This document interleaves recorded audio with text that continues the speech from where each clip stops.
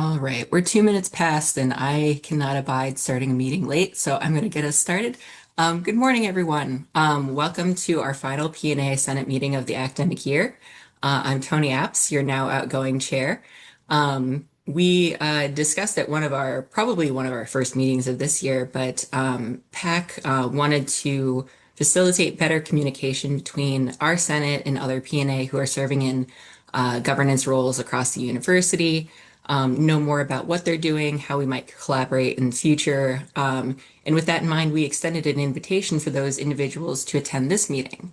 So I know a number of individuals weren't able to join us last minute because we only really had this meeting available. But thank you to everyone who was able to attend, including those who will very shortly be sharing updates from their committees this term. So really quickly, I'm going to move to share my screen.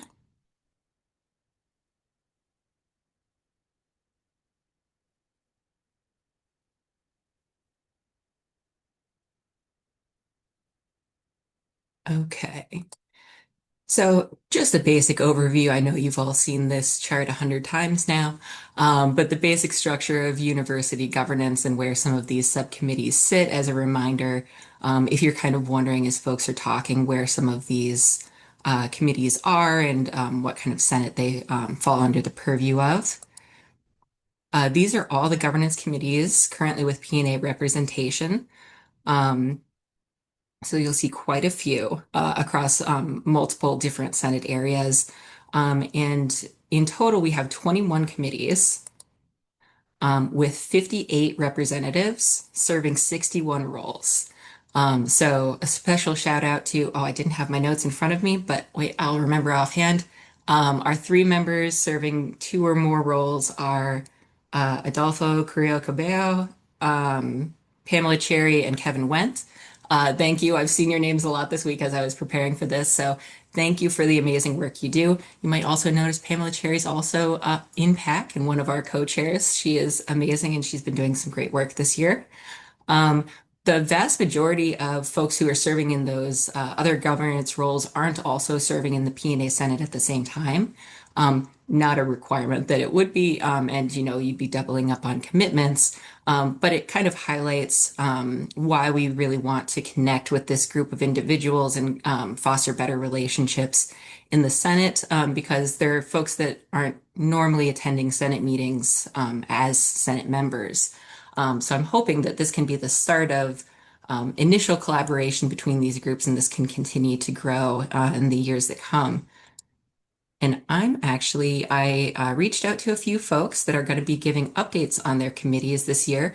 Um, Bear with me as this is a little clunky because I'll be sharing my screen and calling on folks. So apologies if we have some gaps here as we're getting everything lined up. But first, I'm going to call on Kit Brashears, the chair of the University Honors Committee. Well, good morning, everyone. A lot of you know me. I've been a previous chair of the P&A Senate, and I'm excited to be here. And apologies, I'm a little scattered. I have an injury and I'm on a muscle relaxer, so if I say anything out of pocket, I'm going to blame it on that. Um, so I am the current chair of the All University Honors Committee, and I'm going to tell you why it's the best committee at the U. And I'm also going to encourage you to participate. And I'm going to get to that one first, I think, actually. So we do have one opening on the All University Honors Committee for any P&A member. It's pretty easy. There's a form that you need to fill out if you're interested in participating on committees. And Lori Cooperstall or Jacqueline can share that with you. It's really simple, just fill it out. The chair next year is a faculty member. His name is Jeff Ghosh, and he'll be really fun to work with. So, the All University Honors Committee, if you don't know of it, you might not have heard of it, honestly. Um, Essentially, it's our charge to, frankly, to hand out awards that people send our way, and those can be all encompassing. So we were actually like soliciting all campuses institutes, schools, colleges for nominations for many university honors. We also currently, and I say currently with an asterisk next to it, look at building namings and revocations of building namings. There's an asterisk there because that body of work might be changing just a tiny little bit, but it's currently part of what we're doing. Um, we review material packets. Ooh, excuse me. Um, we review material packets. So if someone, for example, sends a nomination for someone to be, considered for an honorary doctorate, we review all of the nomination materials, and then as a committee, we share thoughts. We have really healthy and kind and lively discussions, as you can probably imagine. And it's a lot of fun. It's a committee that doesn't have a lot of politicking attached to it in any way, which is really nice. And it is because of the committee makeup. There are faculty, civil service, P&A. The range of who is on that committee is really cool. And like right now, for example, we've got some students from Duluth all the way to a former dean. And so it really does run the gamut. Um, some of I pulled this up because I think this is probably one of the most exciting things to people who don't quite get what we do. Um, one of the coolest things that we get to do is award honorary degrees. And, yes, absolutely. A lot of these are for, Minnesota people who have made a huge difference. We also have some national and international folks with recognizable names like Madeleine Albright, Maya Angelou, Earl Buchan. We've got so many, and I did get really excited. I have to tell you, we awarded in 1940. We awarded an honorary doctorate to someone named Charles Berkey, and I got really excited a few days ago when I was prepping for this because I thought it was for Charles Barkley. And then I'm like, well, no, he wasn't around in 1940, so not us. So anyway, the committee impacts all sorts of people. We look at, you know, um, I'm trying to think of Lori or Jacqueline, if you want to chime in here on this one. One of the other things that we do that I thought was really cool, that was very fun. We're looking at the Outstanding Achievement Awards. Those are going. Many of you actually in the room might have even written letters of support for that. So it's really fun to look at these nomination letters for our colleagues and get all jazzed up about how cool our colleagues are and vote to give them awards. So. Molly Benzik, if you filled out the interest forms, will we know if we are on it? Good question. Jacqueline or Lori will reach out directly to those who have filled those out. And I think they do that once or twice a year, but I'm sure Jacqueline can clarify when I'm done. So, anyway, how can you participate? Last thing, like I said, fill the form out. It's a really fun committee. I encourage you. We do have space for one more. And Lori, I'm not sure, or Jacqueline, I'm sorry, I'm not sure if that's true. It might be two, but there's definitely space for one. And I encourage you to sign up for it because it's really fun. And if you have any questions, feel free to shoot me a message. Thanks, Kit. Next, we have the Disability Issues Committee. The I believe chair actually submitted a written update, so I'll read here for us. The Disability Issues Committee recommends university policies, procedures, programs, and services concerning faculty, academic professionals, students, staff, and guests of the university with disabilities. This year, the committee was focused on the development of a resolution that will call on the university to implement required professional development on workplace accommodations and inclusive workplace design for university employees system-wide. In the fall of 26, the committee will begin public consultations with the other committees and senates in preparation for action in the University Senate. I was very excited to hear about this. This is exactly the sort of thing we're hoping that will come through the P&A Senate, and then we can be supportive of as it's moving on to the next steps in the University Senate and elsewhere. So thank you so much, everyone who serves on this committee, for doing this work. And next we have the Equity, Access, and Diversity Committee with Sherry Robinson. Hi, good morning, folks. It's Shari. I'm in my first year, well, second year in on the committee. First year as the chair, and asked Stuart Yee, who some of you might know, to sort of be a quasi co-chair to help me get through it. But next year I'll be what's called a solo chair. So, just in summary, the EAD committee's charge is primarily concerned with the impact and compliance of the university around policies and programs and services around equal opportunity from diverse systemic uh, perspectives. I think, like other committees, have what's called an administrative support rep. That's Keisha Varma, who's associate VP over in OED. So we work closely with that office. I have to shout out Dina Barker because I couldn't do what I'm doing because she knows all the things. This committee meets 6 times a year. Uh, from what I understand, for a long time, it's always been on Mondays from 2:30 to 4. So that sometimes limits, student participation and faculty participation. This my summer work will be trying to figure out how, in particular, to get more student participation across all the campuses. We tend to, of course, have lots of Twin Cities representation, but not Morris and Rochester. Um, This year, I decided to do something different, break the committee up into what we call working groups um, to focus on three particular areas. One was around um, what we called independent adjudication for acts of discrimination. And apparently, this is something that this committee has been working on before I took charge around an independent outside of the U person to respond to any acts of discrimination from students, faculty, staff, any other professional. Our current adjudication process is a person employed by the U. And so the committee has talked a lot about what appears to be some how do I put this? Uh, Challenges with that. And so we did send a letter to administration around consideration for outside counsel for that.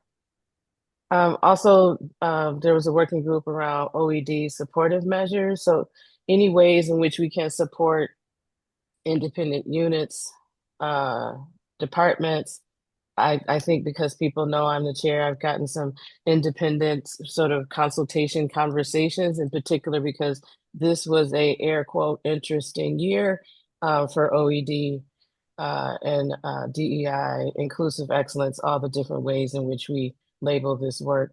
The third was what we call campus concerns. And so those folks worked on anything from freedom of speech, safety, legal, political, protest, violence. Um, so in the moment, right? So when there were protests happening last year um, around Palestine to this year to the Metro surge, lots of conversations around that. We also serve as a consulting committee, and so we had two important presentations this academic year. One was from Value Solve, and that's a mediation outside of the university um, adjudication services, which informed the letter that we sent to administration, as well as Peak. We were concerned about um, making sure that their process in there was inclusive, as inclusive and equitable as possible as folks are moving around. Um, and lastly, student legal services. Um, Again, lots of students on our campuses were affected based on visas, uh, various ways in which students are documented. And so we've done a lot of work in consulting there. There are openings. I don't know how many. I will be meeting with Dina later in the summer, but I did want to share with folks, if you're interested, that those are the days of the week and the times if folks are interested in joining the committee. Thank you so much, Shari. This is such important work that's happening. We appreciate you being here. You're welcome. Next, we have the Senate Committee on Committees. We love to talk about the Committee on Committees. The chair, Ian Ringenberg, is here, I believe, as well. Ian, are you on with us? Yes, I am. Thank you, Tony. It's so nice to be with you all. I myself, like Kit, was a past chair of the P&A Senate, although some number of years ago now, and so it's great to be back with you all. There are four P&As on the Senate Committee on Committees: myself, Kazim Adepujo, Monica Cocoon, and Andrea Larson. Um, the Thank you, Kit. I That's about as much enthusiasm as anyone gives the Committee on Committees. So aside from having a really funny bureaucratic name, we are the committee that makes appointments to all the other committees. So we are kind of um, we are very much a working committee. When you fill out the interest form, whether you are faculty, P&A, or civil service to serve on a Senate committee, unless it is a committee that is a subcommittee of one of the other Senates in the way that like P&As like benefits and comp would be appointed directly by P&A, then it goes through us. So we work very closely with the Senate office to understand the vacancies that we have around our Senate committees and then appoint people to them. So we review their interest statements. We consider the balance of folks on the committees, where people are working, if we can add new viewpoints and diversity, and then make said appointments. We also assist with the selection of chairs, and we have a mandate to review the charge and membership of our committees. So, kind of an advisory role to make sure all the parts of our Senate are operating well. Of it, kind of in addition to the somewhat boring but important work of putting people on committees this year, which occupies most of our time, we also undertook a membership standardization process. Basically, as the different Senate committee bylaws had been written, they were clearly written in different eras and with different things in mind, so that the language of who sits on a committee was different and inconsistent and in many ways outdated.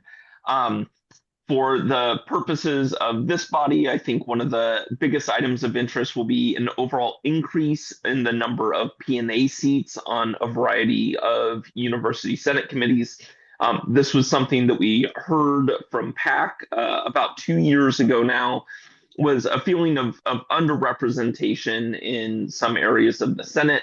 Um, and so, given that P&A is about twice as large as civil service at this point, we've moved in a number of areas to having three P&A seats to two civil service seats, to try to increase that opportunity. I think we also see on the Committee on Committees end that there is a lot of competition for P&A seats. So we are often getting 15 great applicants that we're trying to choose from for one or two vacancies. And so the more that we can increase that opportunity, I think, without dramatically changing the representational nature of the Senate, the better.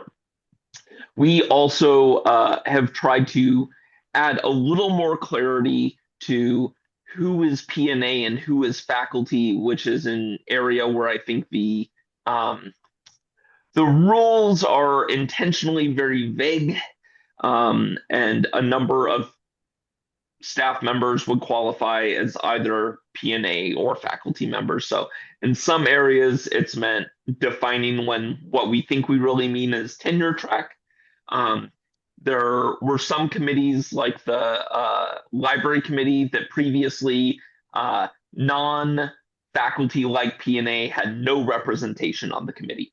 You could be a civil service member and be on the committee, but if you're a P&A, you had to be faculty like. And so we have kind of eliminated those spaces where P&As without faculty like status would not be eligible. So overall, I hope that's a positive change for the representation of our employment group.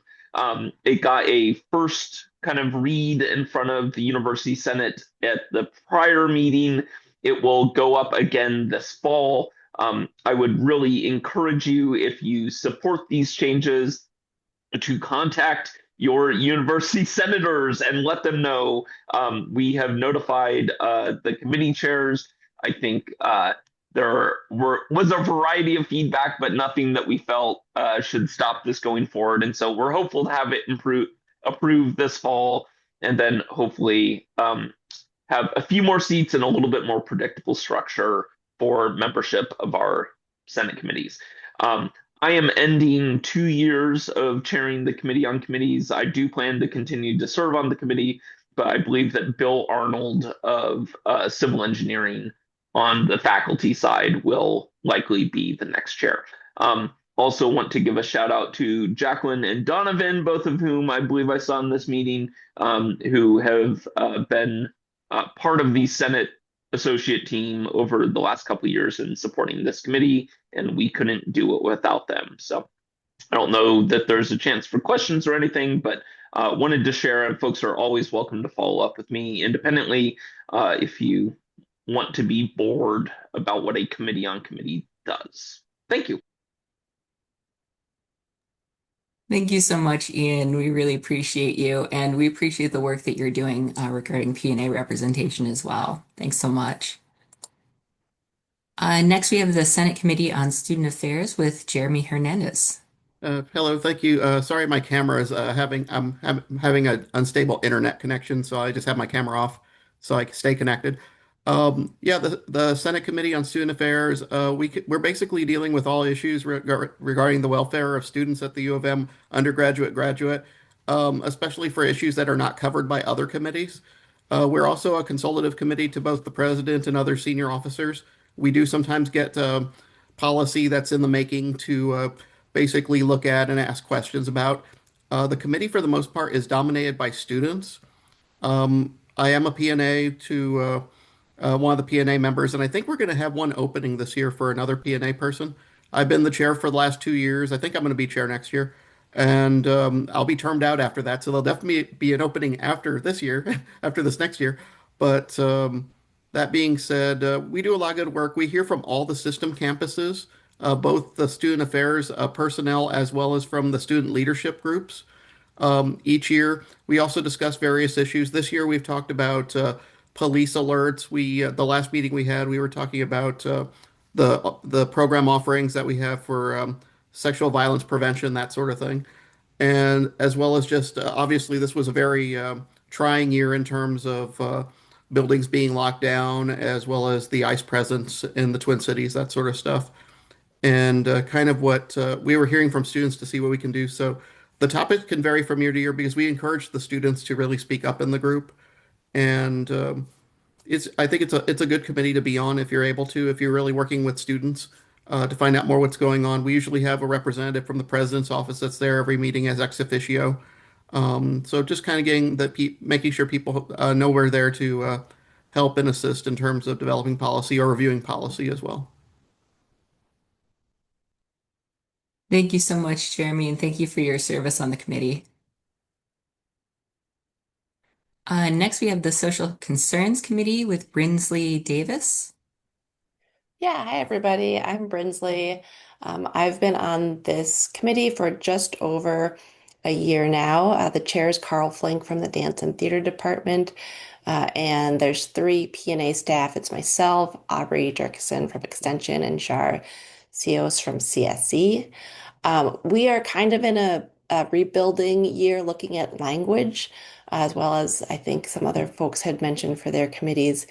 Um, we have four charges. One is to, give advice when asked for it on social concerns, to recommend actions to the Senate Consultative Committee, to hold a forum or more on current controversial issues.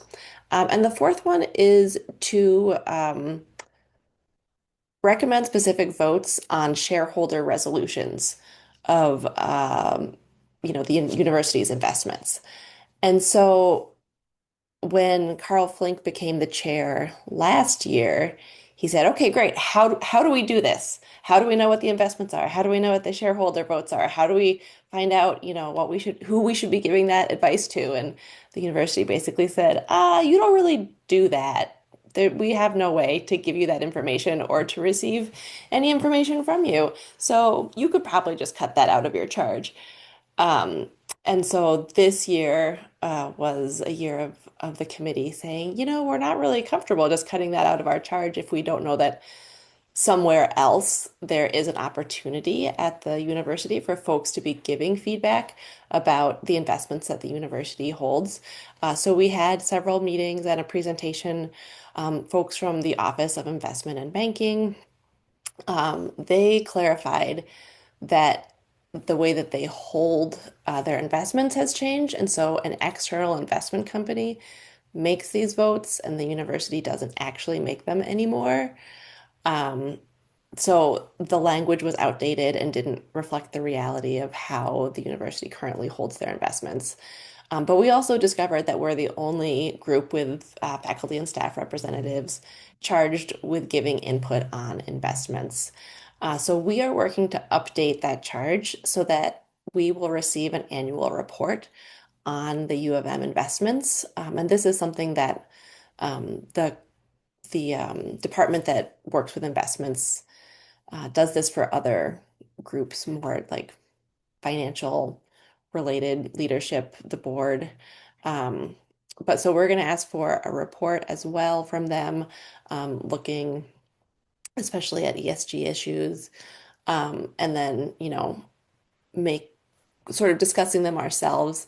But then we also want to convene an annual forum to solicit feedback on investments from the U of M committee and use from the U of M community and use our committee as a way for that bidirectional feedback of telling the university what we've heard about the investments and then telling the Office of Investment and Banking what we've heard from the community.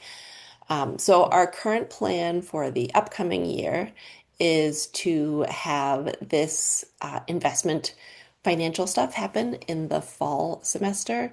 And then in the spring semester, we plan to host a forum on a social concern topic that we will have identified in the fall semester.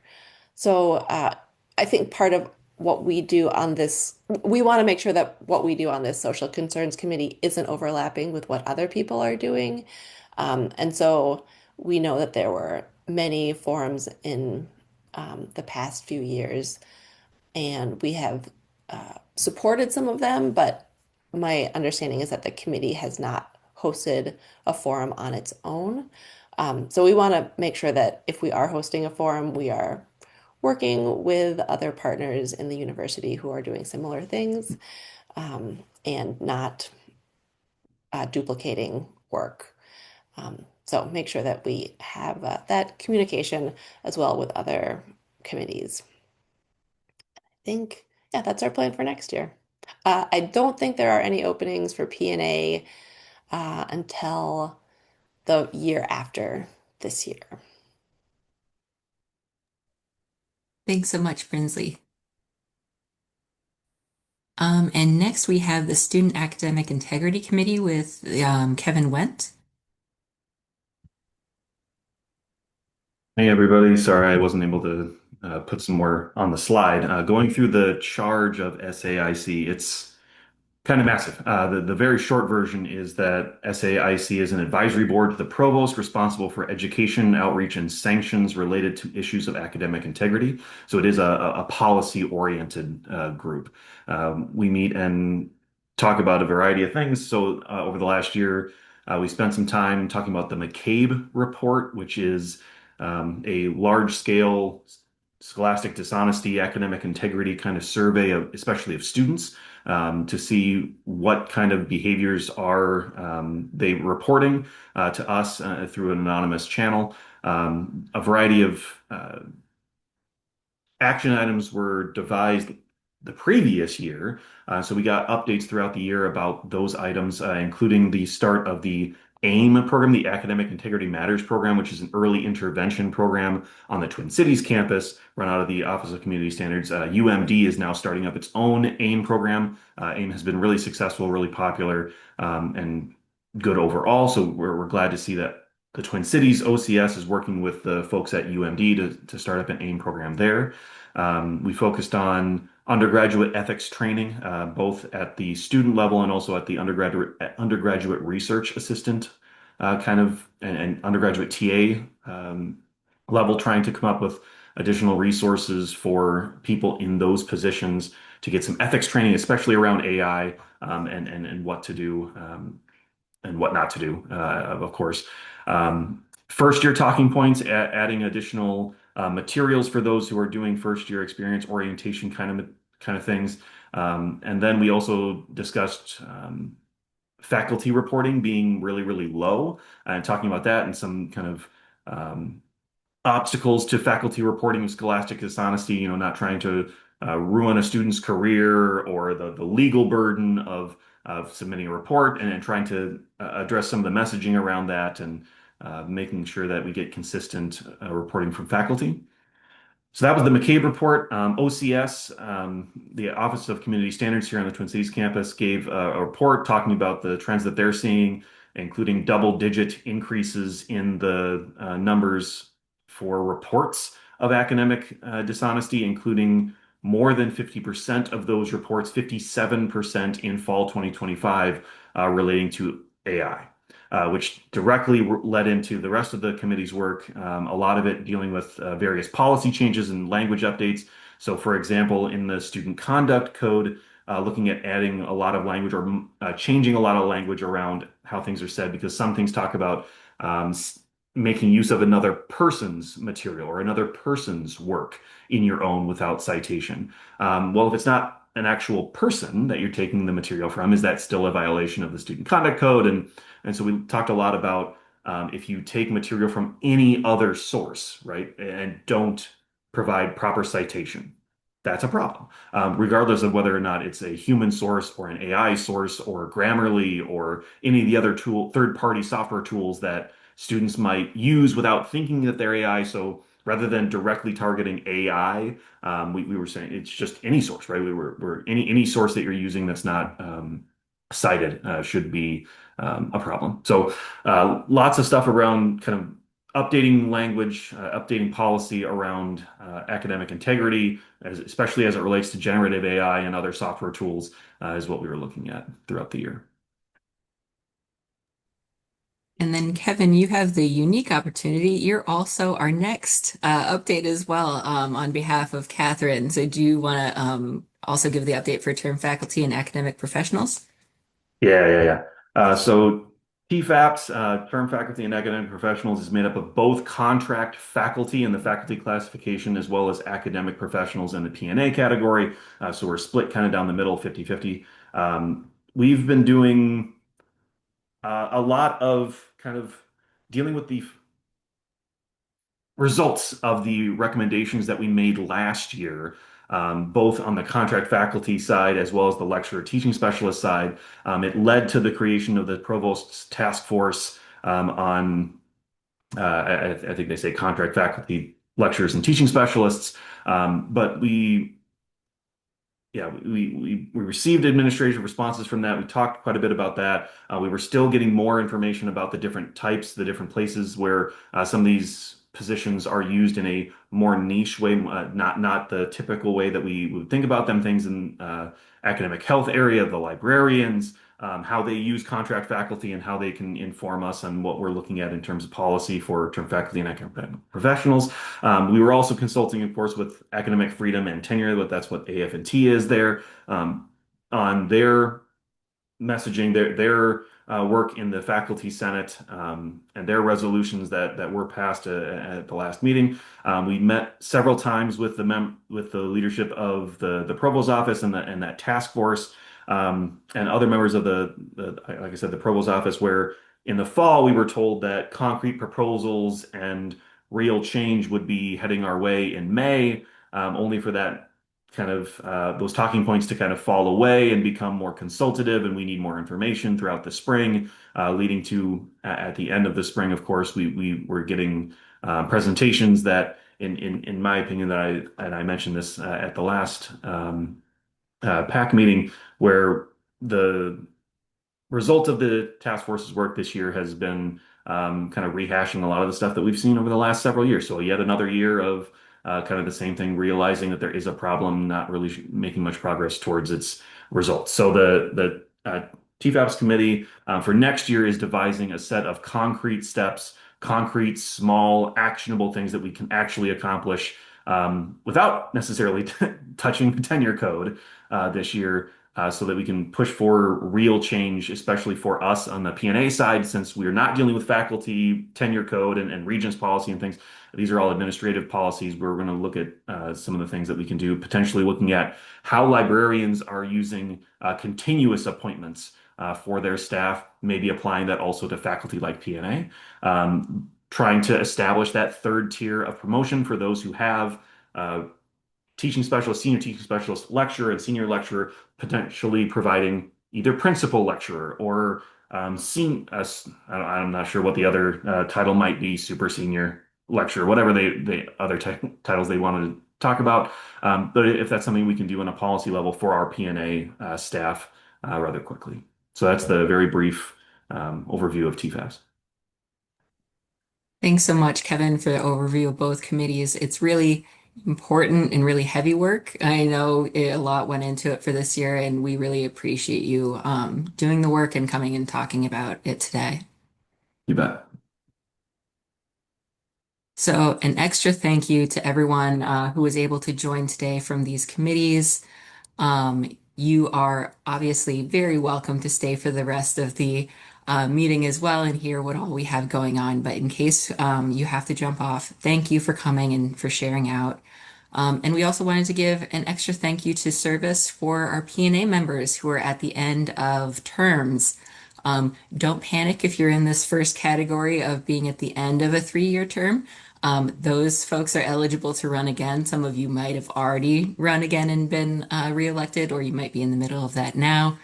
It's also very confusing because it's based on the years of the term and not necessarily when you were elected. So this is why I phrased it as 23 through 26 term members.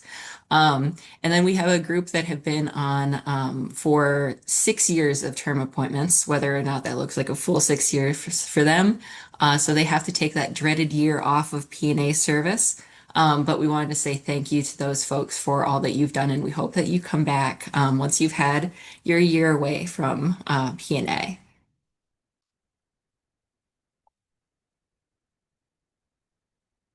Let me bring us back here. And we're just a little over time, but I think we will be fine because we kind of built some extra time into the schedule. Next, we just had a quick debrief from the Faculty Senate vote. Kevin mentioned this in his TFAPS update, but as we've talked about in the last several meetings, there was the Academic Freedom and Tenure Report and subsequent recommendations, basically to create a task force to lead reclassification efforts for those in faculty-like positions. And then a second smaller task force looking at term faculty and librarians. The April 23rd faculty meeting, this was brought back for a vote. Members voted to approve the report's recommendations, and that passed. The FCC is moving forward with sending notification to the president and provost. And following, sometime later this month, we do know that the Provost Task Force on contract faculty, teaching specialists and lecturers, I believe, is going to be releasing their recommendations later this month. Possible action beginning as early as fall term. There's still a lot we don't yet know. So we discussed these developments at our last PAC meeting. We think our role in the next few months, maybe, over the summer, maybe into the fall, is going to be showing up to participate in these conversations when they're happening, and trying to ensure that this work continues forward and that we're not sort of in this limbo period where we're muddying waters further or we're making people wait longer for resolution to these issues like continuous appointments and all of the other challenges that come along with this space. So the last thing we want is for these efforts to kind of stall as a result of conflicting efforts. So our job as PAC will really be to kind of show up and ask questions and hold folks to task.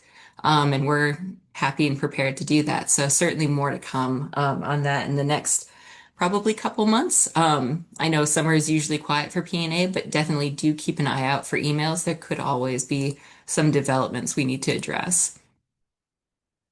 Now we can go ahead and move into the end of year reports from our subcommittees. I can give my report last, but do we want to start with benefits and compensation if either Brian or Pamela is ready? You able to do this one, Pamela? Oh, you're muted still. Yeah, are you doing it, Brian? Uh, Or do I? would you mind? You're more familiar with everything that's in there. You put in a lot of the work. Sure. Sure. Sorry. This is my first year. Do you want me to share my screen or for the report or just kind of read off? I haven't Either done this. way, if there's a Okay. visual element you can share. Well, I mean, it's not really a visual element. It's just a kind The of a report. boring report. So hang on just one second. Let me get this right in front of me. Okay, thank you. Thanks for your patience, everyone. So yeah, the benefits and compensation subcommittee does have one additional meeting in May. We were scheduled to meet September through May monthly.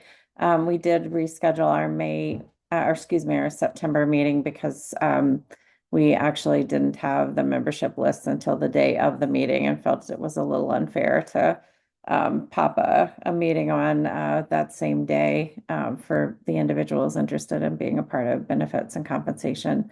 I think highlights of the year were that we maintained a very close relationship with our colleagues and contacts in the Office of Human Resources with their compensation and benefits leaders. So compensation primarily, Paula Merrill was our main liaison, and Katie Kalaji is the main liaison in the benefits area and connecting us to the appropriate people as topics demanded. We had some pretty timely discussions on topics like earn sick and save time, vacation and time away options. In addition to those, the workforce reinvestment resolution, retirement benefits, open enrollment options, the well-being program, and market refinement process. Sorry, I didn't count up the number of B&C subcommittee members, but I will say I think it looks like we're the largest subcommittee of the group. And so I think takeaways for the current year are, or from the current year and for the newly elected co-chairs, is that there's a desire in the committee to be more in an advocacy role in terms of policy suggestions and even change. And so we've started some conversations with our contacts in OHR, but they don't actually drive the agendas of the work of the subcommittee. They can be helpful in terms of different contacts. So, it looks like the next crew leading the subcommittee will be looking at just instead of, I mean, I think we had some great discussions and provided some really important and again timely information.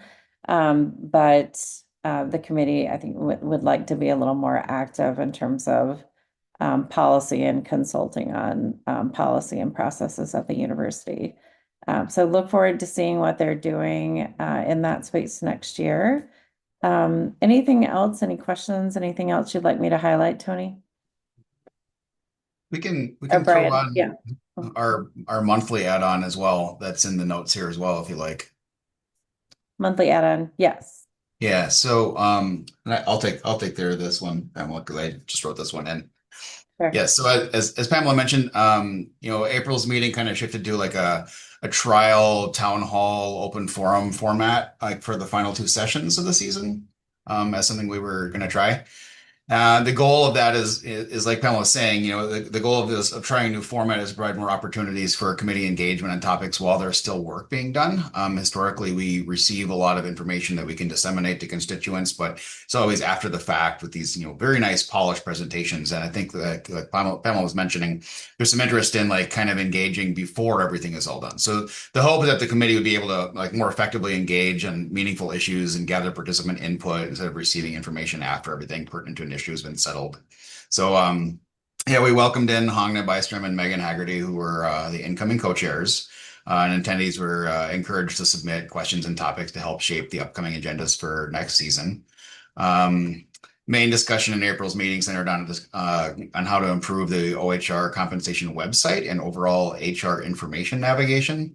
Participants kind of flagged difficulty in finding salary ranges and job classifications and key policies, and supported consolidating the compensation content into a clearer structure with better labeling between compensation versus benefits and more reliable redirects during content migration and easier access to related policies. So additional pain points as part of like the town hall discussion were sort of like, low awareness of professional development leave, potentially confusing placement of the notice of appointment feature, and gaps in communication on reclassification and retirement benefits. So overall, the consensus was that it was super helpful to have these discussions, and the discussion outcomes are designed to like help provide input to OHR as they continue to revamp their website and their commitment to making sure that vital information is easily accessible to university employees. So that's kind of like the shift we made at the end, and we've got one more along this line too. And if people like that, it would be up to to Hongna and Megan to maybe adopt a meeting format change for next season.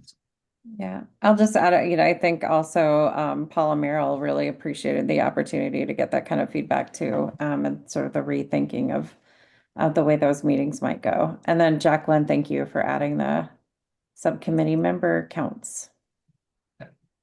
That's it. Thanks so Thanks, much, Pamela. Pamela and Brian.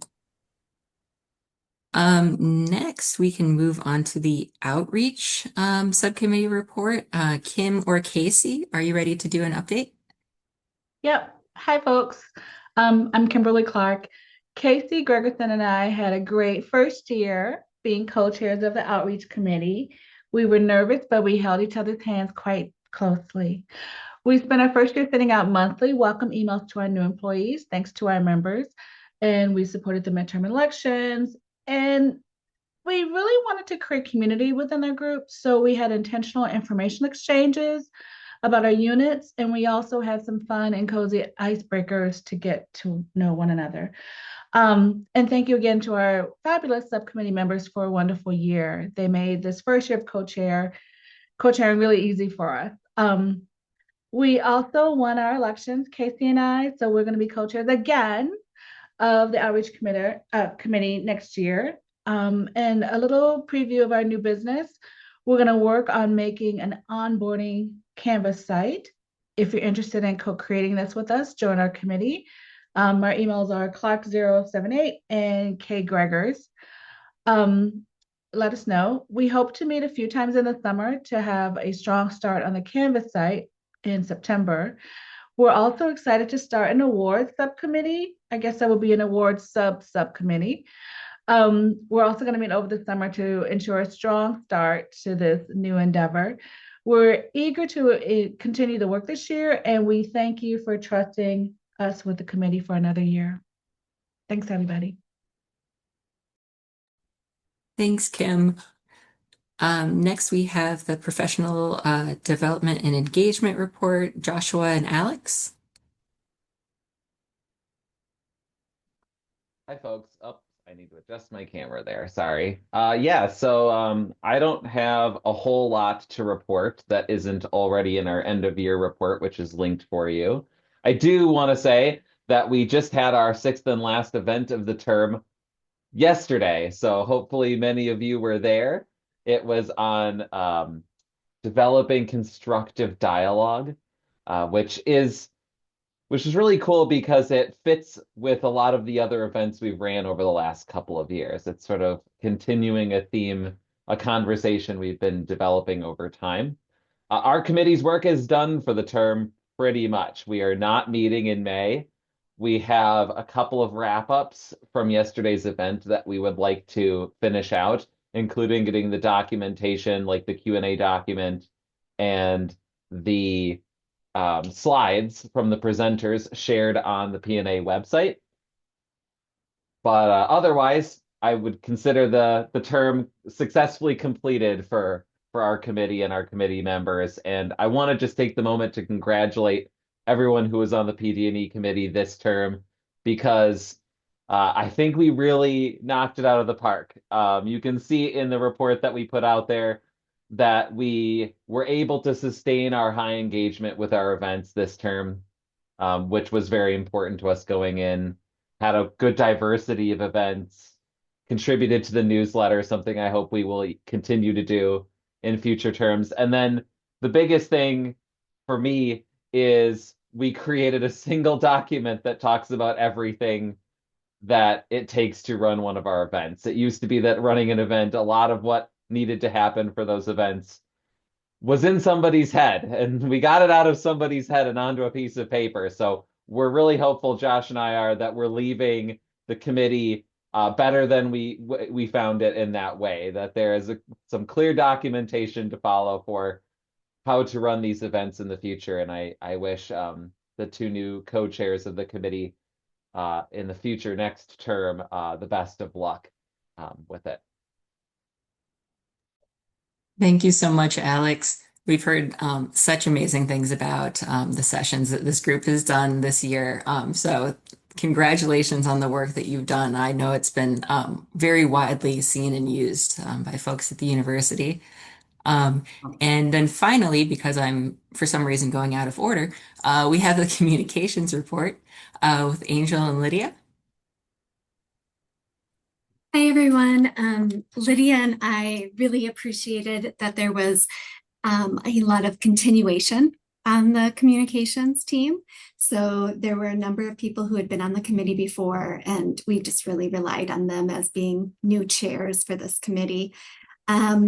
We worked on simplifying the newsletter this last February. So it's digitally accessible, and we worked on having a website to read more. We did two newsletters, one in November and one in February. We are currently finalizing the P&A infographic, and we're working to remediate it as a PDF so the Continual Engineer is going to make it digitally accessible for us.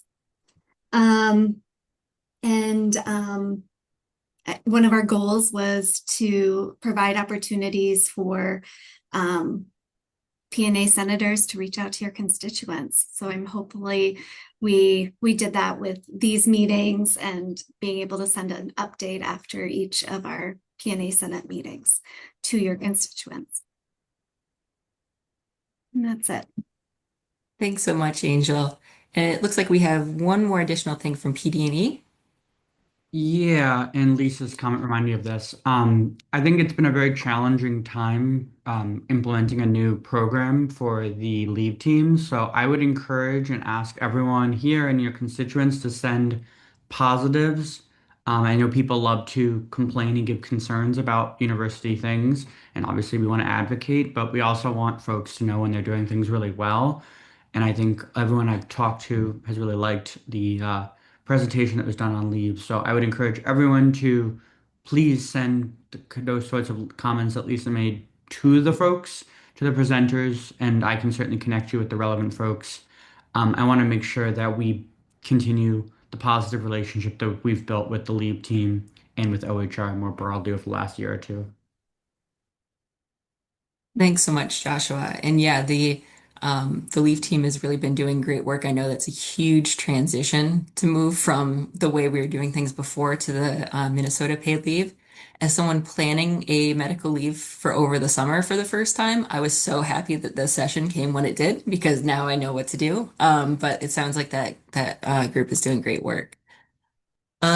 Finally, just a few quick additional things from me. In addition to the updates regarding the AF&T vote, PAC will be extending an invitation to Provost Ritter to attend our final meeting of the year on April 21st. We don't know yet if she'll be able to attend, but we're hoping to establish stronger ties of communication between the Provost Office and the P&A Senate, and specifically PAC. Given that many of the topics that we've been wrestling with this year around academic freedom, its protections, employee classifications, term and contract faculty, all of these sort of things fall at least partially under the purview of the provost. So wanting to make that connection a little bit stronger moving forward. Um, and at our meeting earlier this month, I'm going slightly out of order, apologies. Molly and I met with the OHR lead, Ken Horseman. Um, we got some information on non-renewals for pending non-renewals for this year. They're looking very similar to what was out there for last year, but still more to come on that because we're not sure exactly when they start to show up in the system. He also mentioned that the university's prescription medication coverage currently through Prime Therapeutics could be changing. They're looking at three different vendors right now, I believe, is the process. Um, so there's more to come. They're going to be meeting with benefits and compensation, hopefully in May. I think that there's a lot yet that hasn't been determined. The specific concern that I had around something that was raised was coverage and access to GLP-1s for employees, and whether or not that might be further restricted when we go to a new insurance uh, company for our prescription coverage. So there's more to come on that, and it may be a space where we need to come together and provide concerns on behalf of the P&A Senate if, we do start to move in a direction where we're hearing, concerns from our constituents, which I certainly think, when it comes to coverage for medications, there's going to be some concerns if that does in fact change. Finally, as we transition to new and returning PAC leadership, I'm going to be making some recommendations about our subcommittees moving forward, how they can collaborate, maybe share and exchange some of the work that they're doing, and just work together more efficiently in future. We're hoping that that will kind of help smooth out some of the differences in subcommittee size over time, long term, if we kind of look at where work could be structured so that we can be more supportive of each other's efforts. So more to come on that. And as part of that, there will also be a slight change to the outreach subcommittee's portfolio, which Molly's actually going to be telling us about and more in a couple of minutes. But that's it for my chair's report for the time being. I'm going to just quickly make sure there aren't any questions. Yes, Toby agreed very much so. We will certainly keep track of what's happening with those and with coverage. Okay, so I think we are good to move on to our next item, which is a report out, end of year report from our Civil Service and Student Senate contacts. Hey, Tony, I think Angel has a question for you. Sorry, just missed it. Yes, go ahead. Tony, having a faculty member who works with Prime Therapeutics and like the coverage, I just saw in the chat that somebody was concerned about not having any coverage of GLP-1s, and that's not what they're considering. They're considering should the university allow one GLP. I believe that's what the conversation is, because GLP-1s cost so much money. If we worked with a vendor to have one, could we get something that would cost the university less? So they're not looking at not covering GLP-1s at all, but they are looking into options to make it more reasonably priced for the university too. And I know it's a big challenge. Thank you, Angel, for that because that is really helpful perspective. Um, I know that for some folks that will alleviate some of the concern. For others, it's still a bit iffy because they're very different drugs and very different medications that do different things, even if they're in the same category or family of medication. So certainly something that we're going to want to track really closely moving forward. Okay, let's see. Oh no, sorry, Pamela. Sorry, thank you, Angel, for saying that. I need to clarify what we can and can't say because the members of the Benefits Advisory Committee actually just met yesterday, and there was a discussion about this. In addition to looking at reducing the number of available GLP prescriptions, they are looking at a PIN, a kind of a different approach for actually providing the injections. That's something that's kind of more reusable, that involves changing a needle, that kind of thing. So they are looking at absolutely, just want to emphasize what Angel's saying. They're not discussing eliminating coverage for all GLP-1s, but they are looking at reducing costs around GLP-1s. They've gotten to be enormous. And then the other thing I think to remember is that the conversation is more about GLP-1s for weight loss. And if someone is prescribed one of those medications for a different medical need, that's not part of the conversation at all, or hasn't been to date. So, right. There's so much we could talk about in this space because normally to be prescribed, you have to have multiple conditions that qualify as well. So how does that fit in? So we'll definitely return to this, everyone, but thank you so much for your input so far. Like we said, as soon as we know anything else, or hear any rumblings of updates, we'll be sure to pass that out and around and make sure everyone's aware of what's happening. I see Alex is asking about the Canvas hack. I don't have updates on that, Alex, so I don't know what's happening in that space. I'll let folks comment in chat if they do. But I will go ahead and move us forward onto the civil service end of year update if Daryl Lawrence is here. I'm doing a quick check if I can see you, Daryl. I think we should start with Dominic because Dominic's here for Student Senate. Perfect. Yeah, let's go ahead and do our student Senate update first. Andy Kornitz wasn't able to be here today, so Dominic is attending in his place. Dominic, welcome. Go ahead. Thanks, Tony, so much. It's been great working with P&A this year and civil service as well. Um, I don't have a whole lot to report for our end of year update. We worked intensely kind of on our internal committees, which was a restructuring of last year's working group. That was a major focus for us this year. Our attendance is a major focus and something we'll be working towards improving for next year. Additionally, I think that something we're really looking closely into is how we can maybe model the professional development committee that P&A has and that civil service does something similar. So I think we're looking at how we can model that and maybe adapt it to be more pertinent to student needs. So I'm looking forward to working with Molly and with Daryl on that over the summer, moving into next year. Um, Other than that, I don't have a whole lot else to report, but I'm happy to answer any questions if anybody has anything.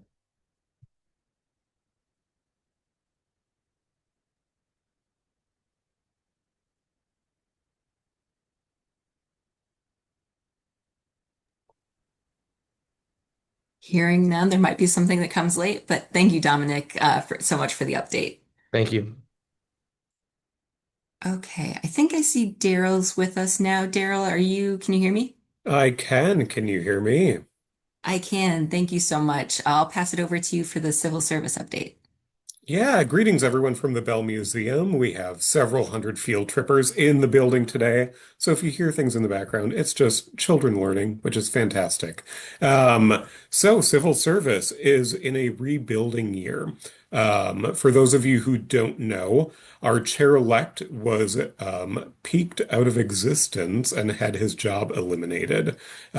So Rosemary was elected chair without the benefit of a chair-elect here, and then I was elected shortly thereafter as chair-elect.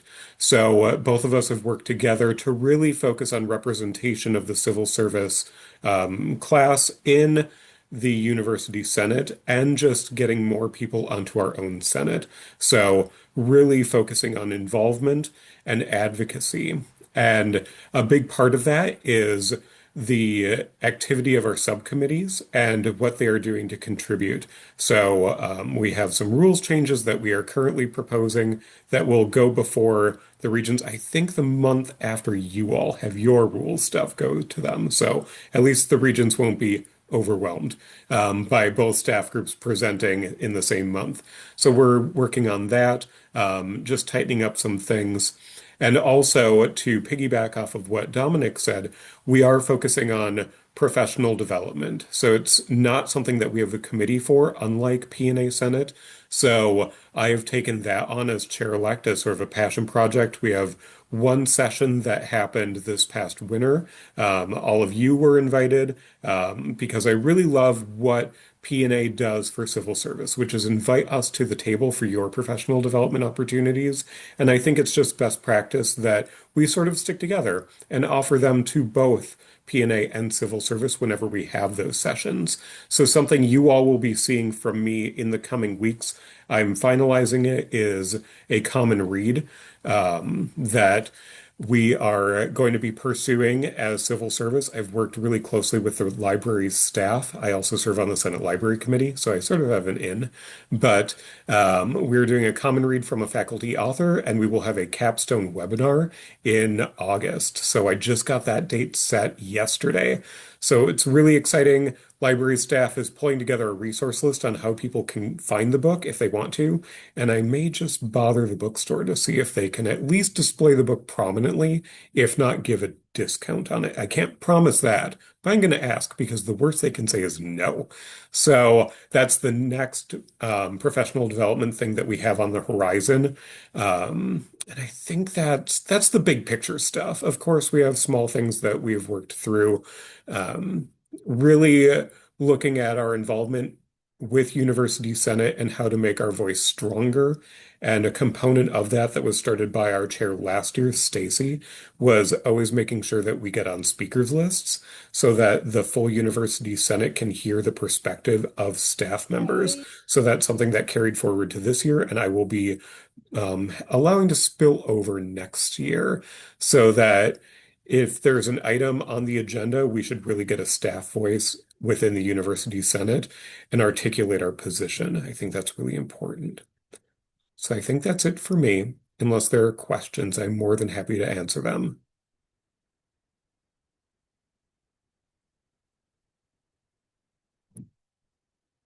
I'm not seeing any. So look out for an email. It'll come from the Senate office. It might be Jacqueline in here. It might be someone else about that common read, probably in the next few weeks. And we're going to get that underway right after Memorial Day. Thanks, everyone.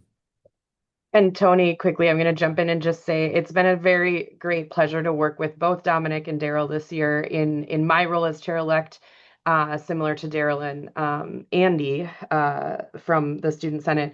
I kind of attend some of their meetings and bring reports to them. They bring them to us like this. So Dominic and Daryl, I'm looking forward to another year working with you next year. Thanks so much, everyone. Next, I'm going to, well, in just a second, I'm going to pass things over to Molly, but quick before I do, I'm just going to give us a primer because I know sometimes it can take a second to kind of prepare for open comment space.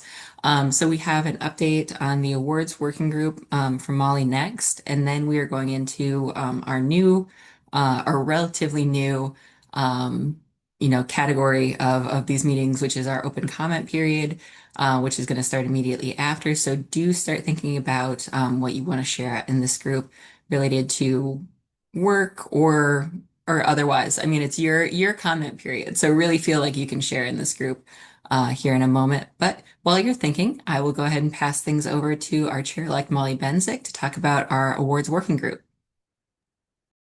Yeah, thanks, Tony. So first, I want to recognize the members of this group. This work was done collectively and collaboratively and exceptionally well by Casey Gregerson, Jeremy Johnson, Hagna Bystrom, and Carol Rashak.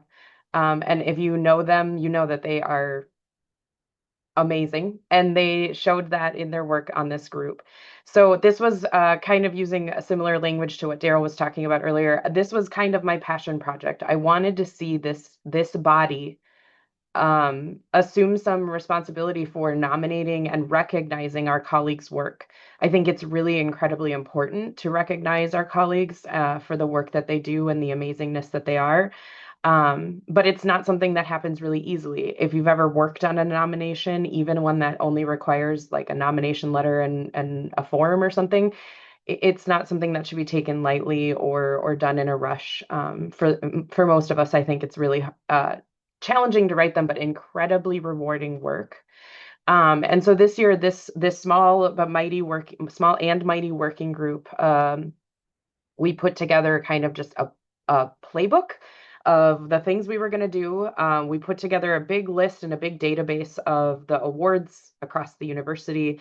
And then we realized and focused in on that our work in this body in the P&A Senate, when thinking about nominations, should focus on things we can see people doing in their governance work. Because obviously they might be also eligible and additionally eligible for nominations based on their full-time jobs. But we wanted to focus on what we can actually see people doing and experience with them in their work and governance.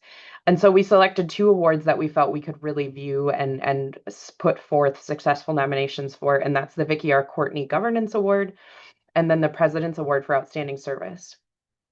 And I am extremely happy to say, if you haven't heard this, that both of the nominations we submitted were awarded these awards. So we submitted Whitney Taha Frakes for the Vicki R. Courtney Governance Award for P&A employees, and she's exceptionally deserving of this as a former chair and also many other roles that she's played.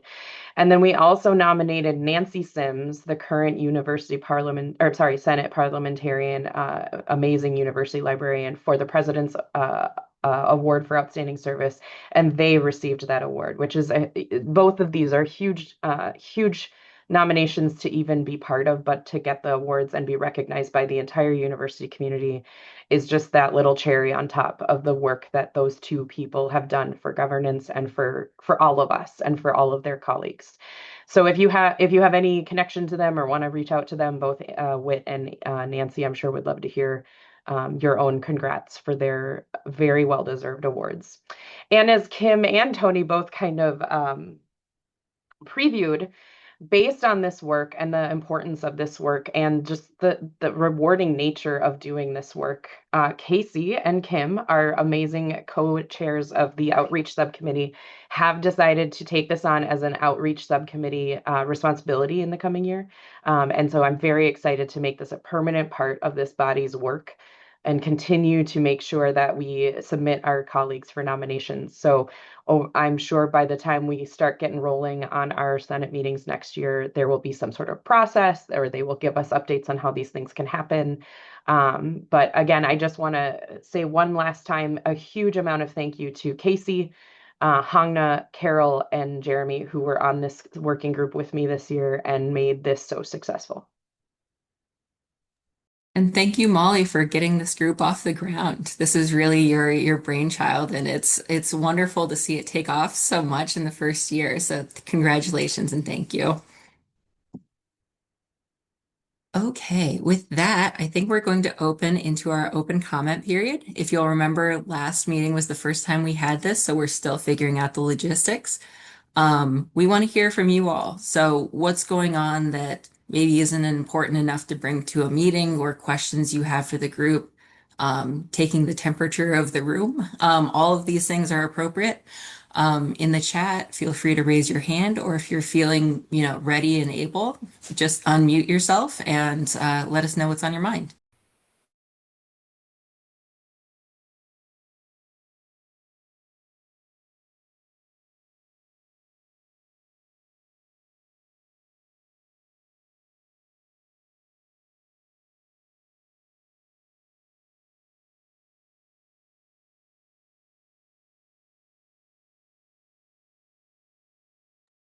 Nobody ever wants to be the first, so I will go, hoping that that breaks the ice for anything y'all want to say. You're gonna have to start getting used to my voice anyways after this month. So I just wanted to bring into the conversation about the AF or the Faculty Senate Task Force on P&A and academic professional reclassification, whatever they're calling this task force. They met yesterday, the FCC met yesterday to actually, and this was one of their agenda items, to actually set up this task force. Who should be on it? What should their, I mean, the charge seems pretty clear, but also not, to be fair. I don't know if Kevin is still here. I know Catherine wasn't here, but they kind of, in what the Faculty Senate voted on was that the membership would be 1/3 AF&T put forward, one third SCAFA put forward, and 1/3 provost office put forward. I attended the meeting to bring forward that the P&A Senate is still being left out of this, and the majority of the people that will be impacted by this work are P&A employees represented by this body. Unfortunately, I was not able to stay to say my statement out loud, but I have heard from Senate staff that Perry Leo, the chair of FCC, read my statement. I don't know if that means that they will take heed and actually involve us more closely, but as you'll hear in kind of my incoming chair remarks later, like this is something I will be focusing on and I will be keeping my ear to the ground on, especially over the summer, since many of the impacted employees are also 9-month employees and may not be following along if this task force does go into the summer or start in the summer. But I'm just encouraging all of you, especially those of you who are P&A faculty employees, P&A academic professionals, who stand to potentially have this new process by which you might be reclassified or whatever this becomes. I really want you to be aware. I want you to bring your voices forward. I want you to tell us in PAC, especially since Joshua and I will be in a lot of meetings with the leaders of the Faculty Senate and all of that. Bring it forward. Tell us. Keep your ear to the ground. Listen to what they're talking about. Look at reports. Attend their meetings when their meetings are public.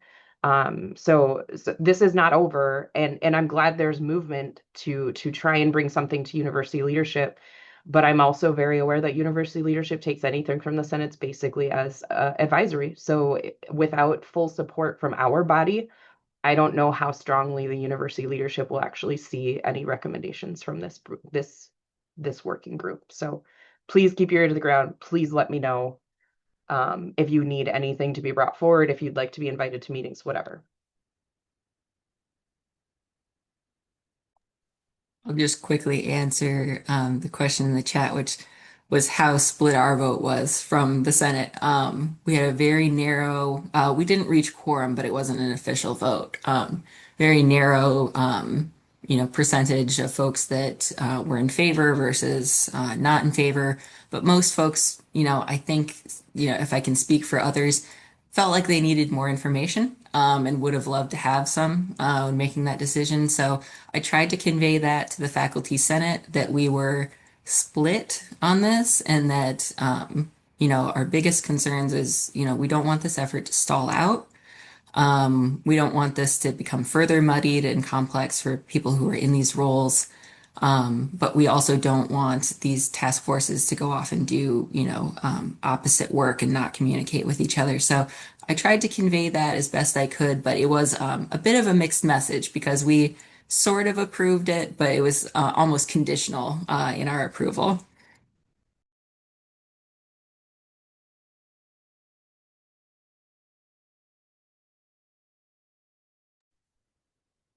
Now that Molly's warmed us up, any additional comments, questions, anything for our open comment period? I have one. A constituent reached out to our group in OIT and wanted to bring forward a question about tuition support for dependents. Specifically, they said, I know that tuition support for dependents of UMN employees has been a topic of P&A Senate conversations, and I'm wondering if a proposal for this has ever been pitched to executive leadership, and if so, why it was declined.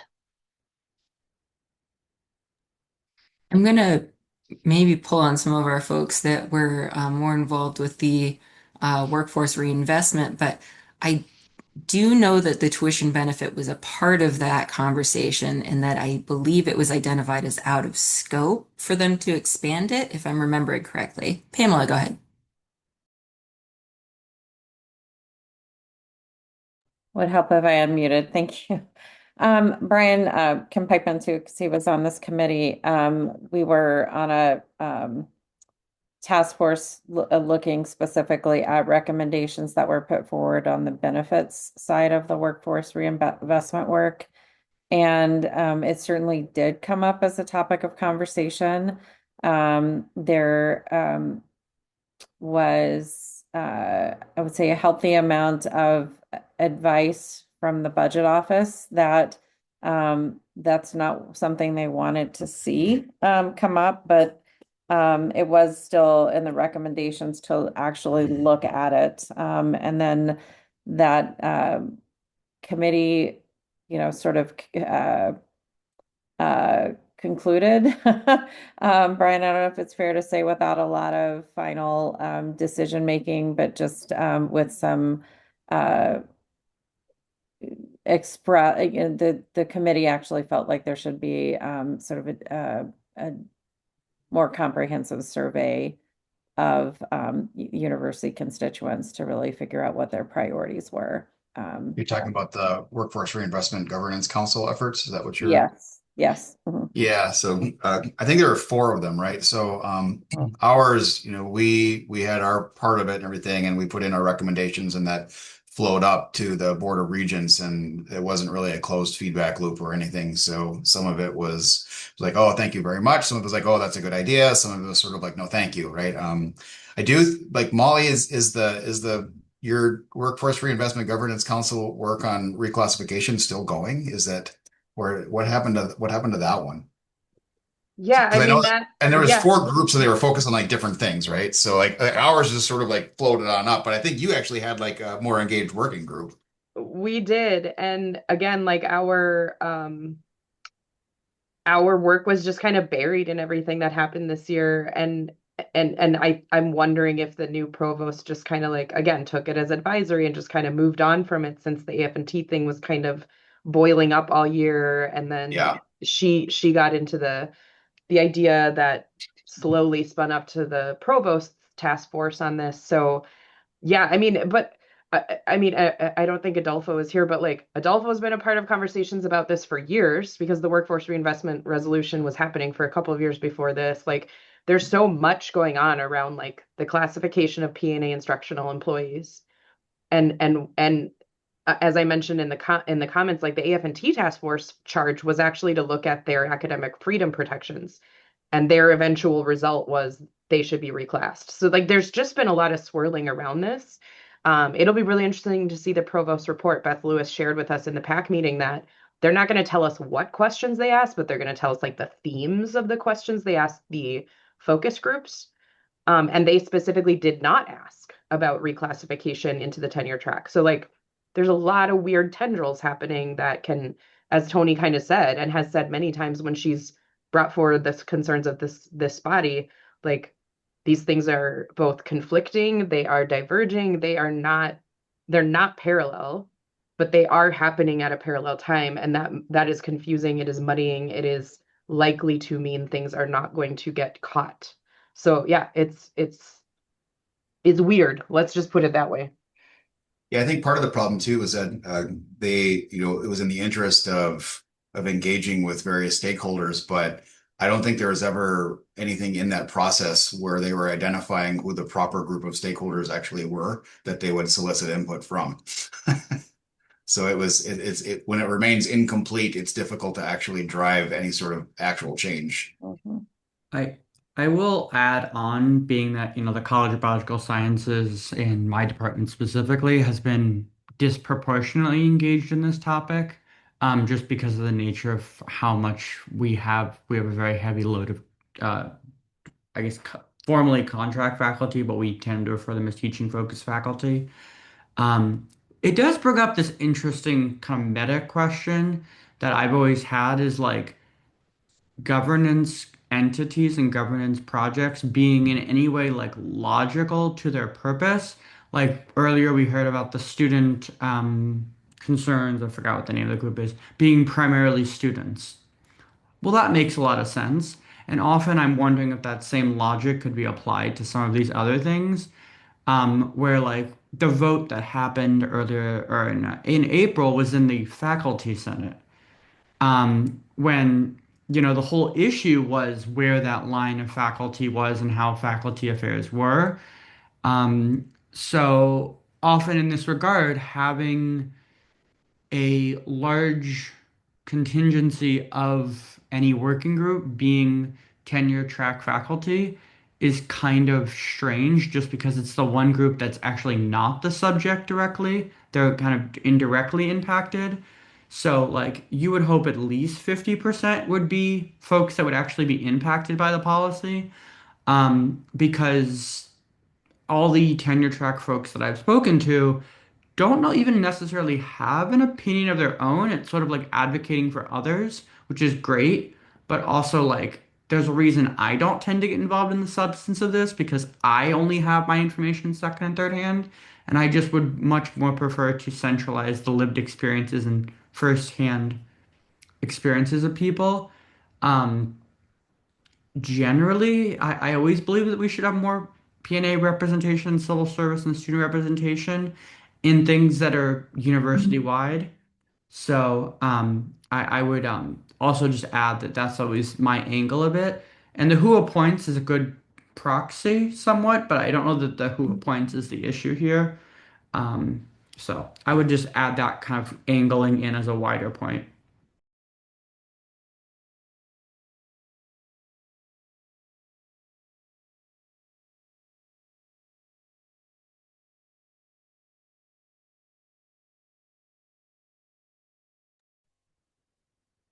I did see there was a question around the St. Paul campus kind of refresh that's going on, if anyone wants to speak to that.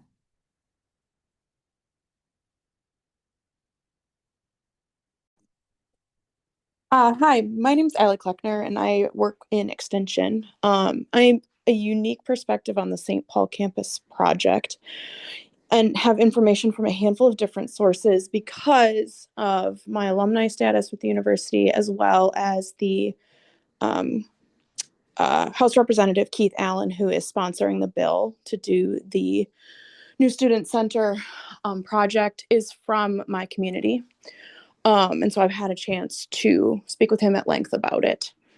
Um, and it sounds like this particular project is the one that was selected because it has the most forward momentum. And it is in response also to the, I'll call it Scuttled Farm project with building a research facility off campus in Mower County. The university had gone as far as making purchases of land to build that research facility. And when our new president came in, she basically put a hard stop on that project to take a better look at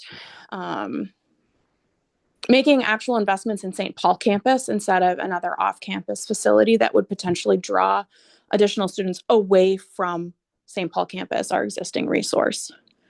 And so with that pause, then they decided to reinvest in the current campus. It sounds like it has good momentum moving forward and will likely be approved, which is great. My questions were surrounding other facilities within campus that may have been neglected for far too long. It was reassuring to hear that there is a plan in place and funding secured to rebuild Bailey Hall or build a new dormitory and tear down the existing Bailey Hall at some point.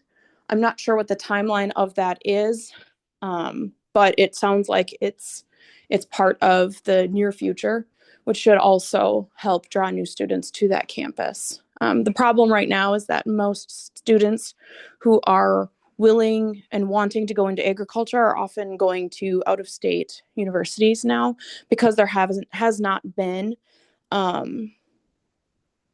support shown towards St. Paul campus, their faculty, their research facilities, their student housing, etc. So that's kind of what I know, and we wait and see.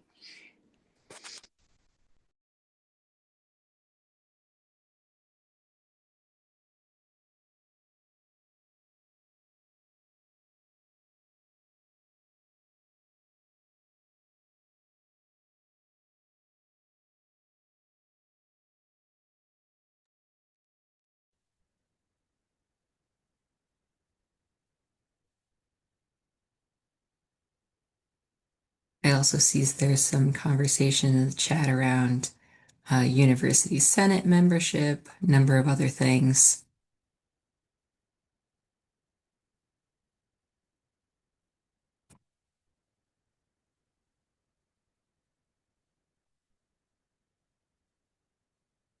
Anything else from anyone?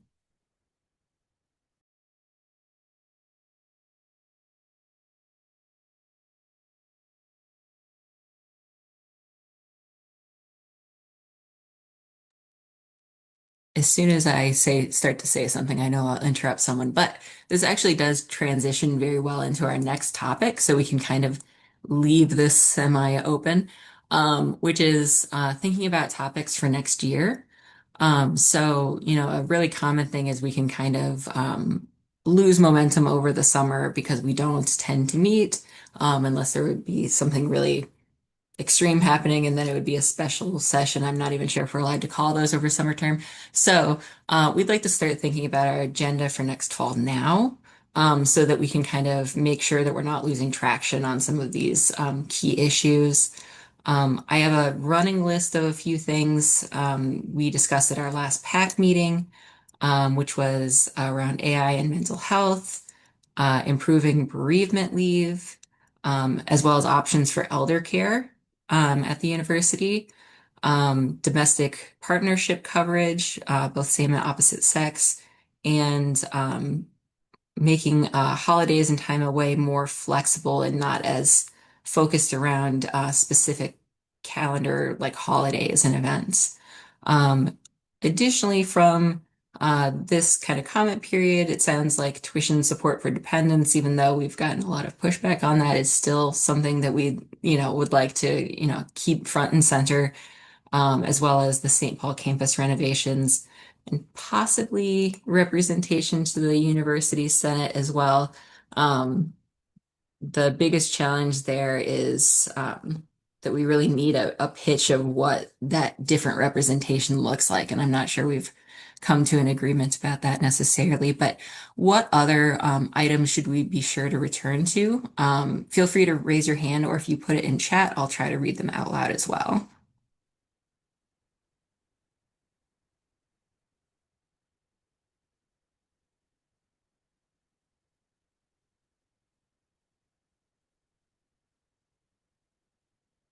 Oh, yes, I see the administrative job update, and we do have to add areas of specialty to each employee's record, I think is what I heard about this week.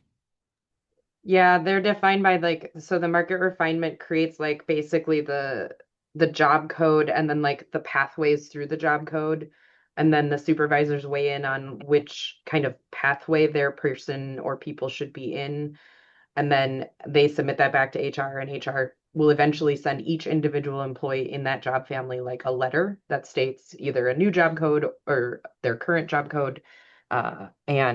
So those saying like their constituents were wondering why there's no communication. It's because as an individual employee, you don't really have a role unless you're supervising other administrative staff and are weighing in on that. So that's how it's gone with every job family that they've done. So I'm not saying that's right. I'm just saying that's what it's been.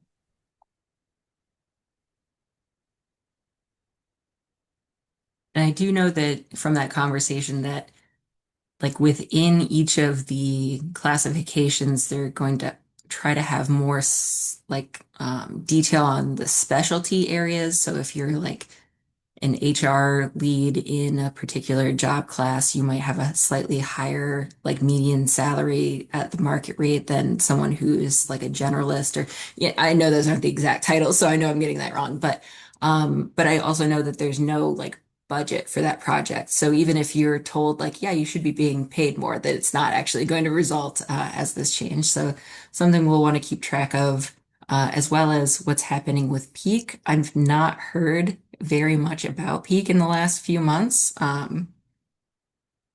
other than to say that it's, moving forward with the administrative, job family. Um, but certainly something we'll keep on our radar.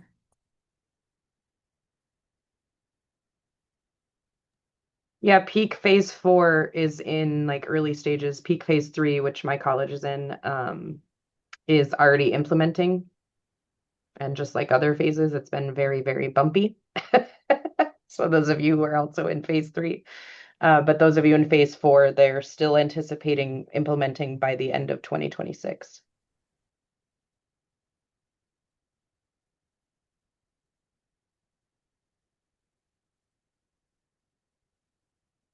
And I saw the request. I'm just going to put these in chat. And of course, I sent them in 2 messages.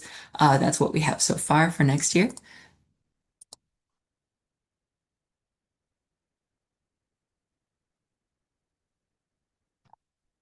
Oh, and Canvas is back online. Thanks for the update, everyone. We go through a lot of like issues during the course of a P&A meeting. We'll like get an alert that something's happened and it'll be resolved in that amount of time. So it's always interesting to see what happens over the course of the term. Um, I'll pause quickly just to make sure there aren't any additional things that folks want to get on our list of topics for next year.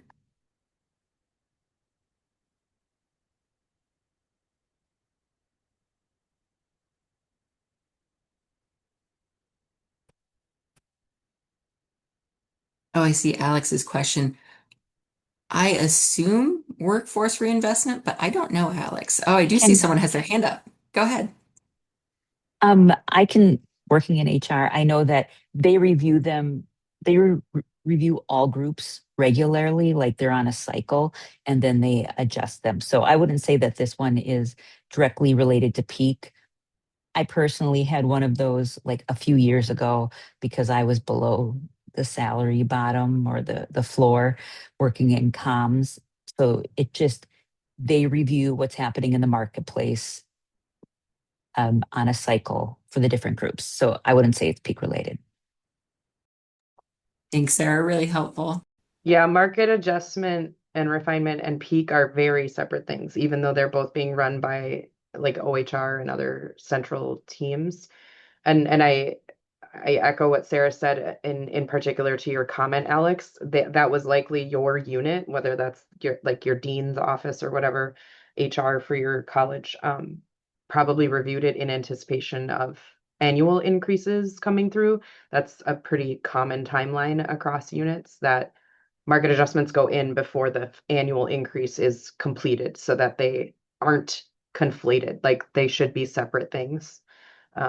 So yeah, the market adjustments that you may receive, or even equity adjustments you may receive, are not a peak thing, but they could be directly related to peak if some other person is like hired, or removed, or your job changes because of peak, those kinds of things.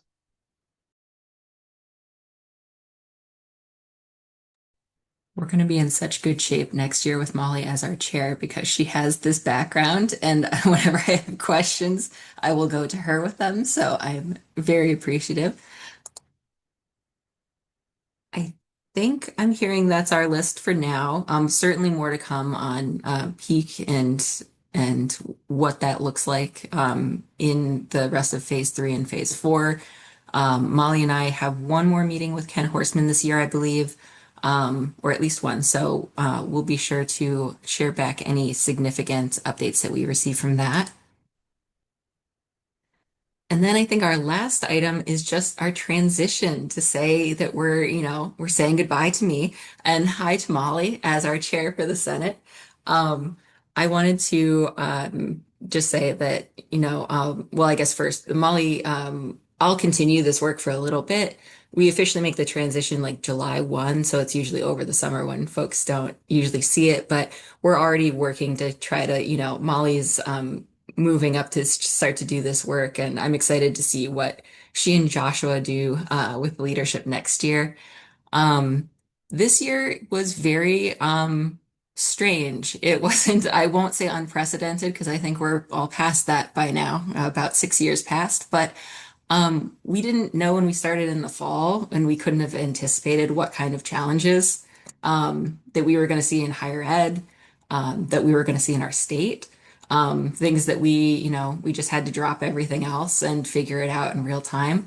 And I think that that speaks to the fact that despite our best efforts and our, agenda planning and building and all of these things, sometimes we just have to roll with whatever comes our way. We don't really know what's coming for us as P&A or as administrators and researchers and instructors in higher ed. So it's possible that there might be things next year that we have to address that we can't foresee yet. But whenever that time comes, we're doing the work now to build our network and our connections across the institution to help ensure that P&A has a voice in those like big and small matters when they do affect our constituents. And I've just been extremely proud to represent this body all year and to be able to brag about the accomplishments of our P&A staff. I'll get to do that one more time at the June Board of Regents meeting, where I'll share out our updated infographic for 2025, make sure that they have a good idea of the span of work that P&A do and the kind of challenges that we're seeing, and also just discuss some of the amazing work that our membership did over the last year. So thank you everyone for your engagement and your support and understanding at times. And we will continue to move forward to do this challenging but necessary work. And with that, I'll pass things over to Molly. Oh, like I said a minute ago, y'all are gonna have to get used to my voice a little bit. No, I'm looking forward to this. So, I did prepare some things because if I go off the cuff, I will just ramble and talk in circles. So that's what you should know about working with me in the future. I can't believe we're already at the end of another academic year, and I'm so grateful to our leadership in PAC this year, the members of PAC, and to all of our senators and alternates. We've had a long year, and you've done hard work for your constituents. So thank you. I want to specifically share my huge note of gratitude and respect for Chair Tony App's work this and all years she has been involved in governance. Tony is a model for this work and has been advocating fiercely for our constituents. Tony is not one to draw attention to herself to celebrate her own work or achievements, so I will share some. On top of what she just talked about, her work has ensured that we were brought to the table in multiple governance settings for the P&A faculty reclassification and academic freedom and protections conversations. We were not invited, and Tony made this happen. She has been very clear and successful in her interactions with President Cunningham, the Board of Regents, and other university leadership about what our constituents are concerned about, and also what our P&A employees do across the university systems, or the university system. She has secured important guests to the Senate and PAC meetings this year, so we are aware of various work and issues going on across the system. Being able to learn from Tony this year has been invaluable to me. I have very big shoes to fill, Tony. So in whatever way you can, all of you online today, I ask that you all share your gratitude with Tony as she moves into her final month as the chair of the P&A Senate.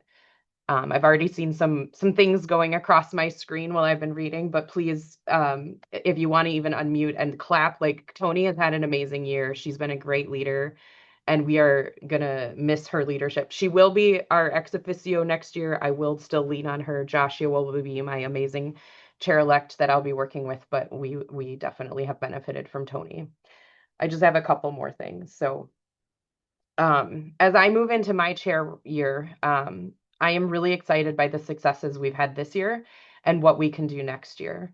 I'm excited to work with our chair-elect, Joshua Braverman, as well as our leaders in PAC. We are set up for a very strong leadership group next year, And I thank you to the outgoing PAC members and welcome very, very strong excitement for our new PAC members. Some specific ideas I have for next year are the inclusion of the awards working group permanently in the outreach subcommittee, as we've talked about already. This work is important and very rewarding.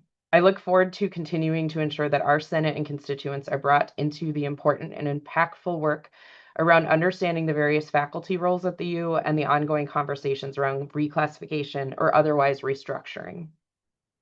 There are a lot of changes coming up or already underway that will impact all employees, students, and university community members. I'm looking forward to making sure this body is aware of them and, when possible, advocate for our presence on bodies making recommendations to university leadership. And this is just an open call following the chairs before me for many years. If you have ideas, concerns, projects that you'd like us to consider as part of the P&A Senate for next year, please reach out to me at any time. I'm a 12-month employee. I'm happy to talk to you over the summer as well. But at any time, don't think it's a dumb question. I'd rather hear about it and discuss it and think about it with you. It'll be my honor, and it is my honor, to represent P&A employees across the university system, and I hope to spend that time wisely and represent everyone.